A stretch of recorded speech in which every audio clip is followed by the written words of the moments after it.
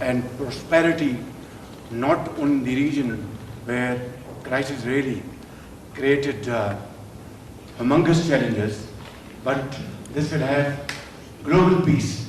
And I must, at this point in time, with fullest sincerity at my domain, thank President Donald Trump for his visionary and very dynamic leadership, which has resulted in this meeting here today, beautiful city of Bürgenstock. And I think here we are going to have wonderful discussions which will lead to hopefully very productive results in times to come. I'd like to thank Vice President Jerry Vance for his very able leadership, leading the United States team, and my very dear brother, Prime Minister of Qatar. He's like a very dear and dear brother.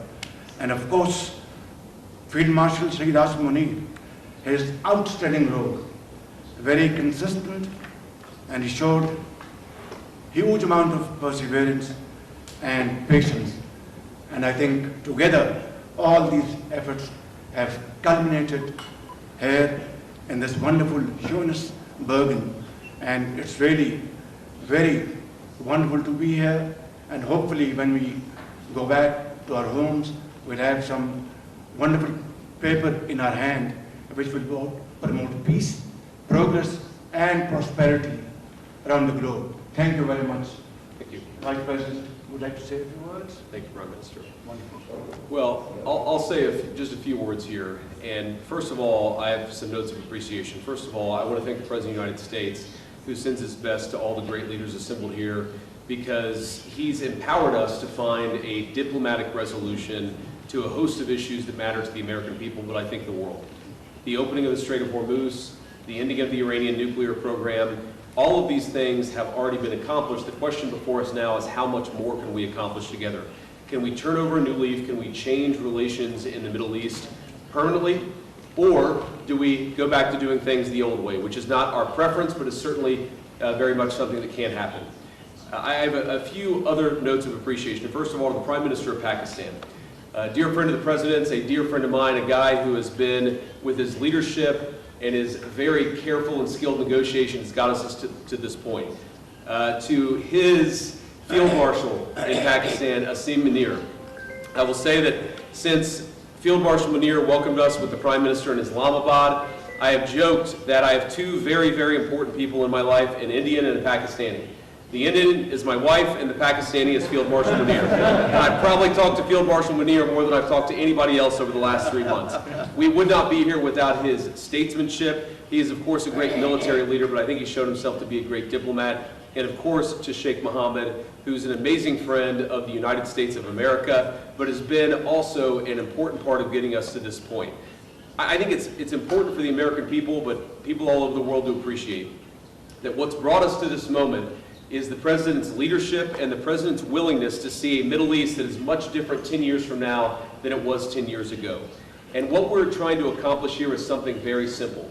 Through diplomacy, through working together to transform the Middle East, where Iran and the Gulf have been at war with each other, or at least have had very unfriendly relations, where Iran has been a driver of regional instability. Now we see a future where everybody can work together to promote peace and prosperity for everyone. What we have already seen back home in the United States is lower gas prices. We've seen the free flow of oil and gas. We've seen peace. And now we're trying to build on that to see if we can build something even better and more sustainable for the future.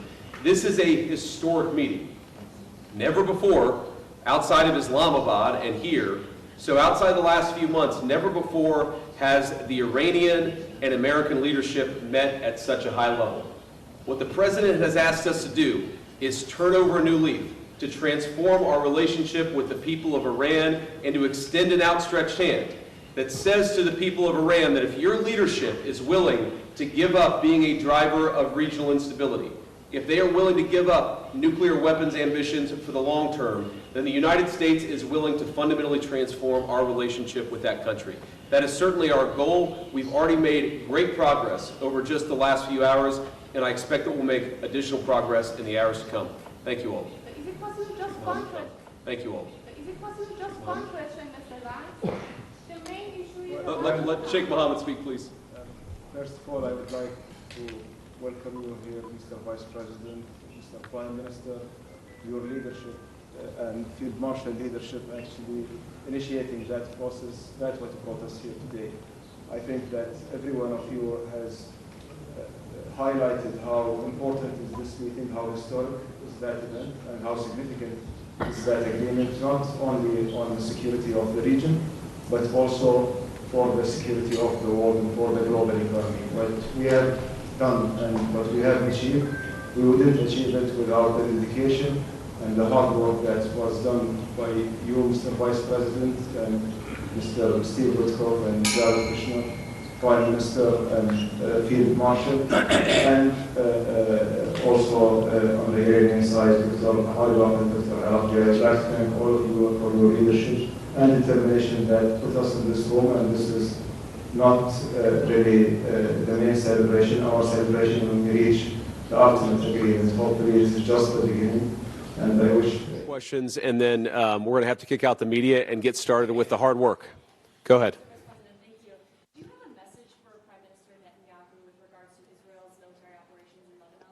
Well, first of all, we've seen great progress over the last just couple of days in ensuring that the ceasefire holds in Lebanon. These things are always a little bit messy. If you go back to how much was happening 3 months ago and compare it to 3 weeks ago, great progress has been made.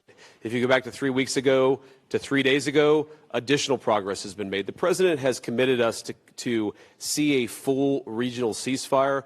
We found great partners in working with the Qataris, the Pakistanis, our friends in Israel. We're all working towards regional peace. There, of course, are going to be sometimes disagreements about precisely how to get there, but I actually feel great about where we are in Lebanon. There's still some additional wood to chop, but we're going to keep on working at it. I know you had a question over here. Are you ready to stop genocide in Lebanon?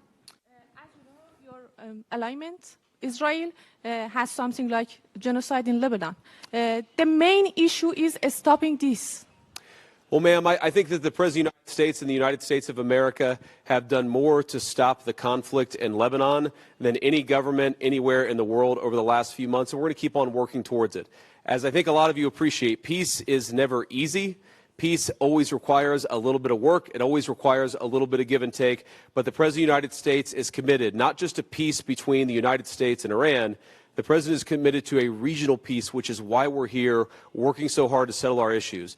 The one last comment I want to make is what today really represents is the beginning of a technical negotiation that's not going to solve every disagreement, but is going to allow us to sit together as teams for the first time really in history to figure out what matters most to the respective parties, to settle those issues, to solve those issues, and get to a better tomorrow. The reason why the political leadership of the respective countries is here is because we wanted to, first of all, set up the structure for these technical negotiations, and second of all, make sure that our teams have our full support and know they can always call on us to break through any barriers. We got a lot of work to do. We're excited to do it. Thank you all for being here.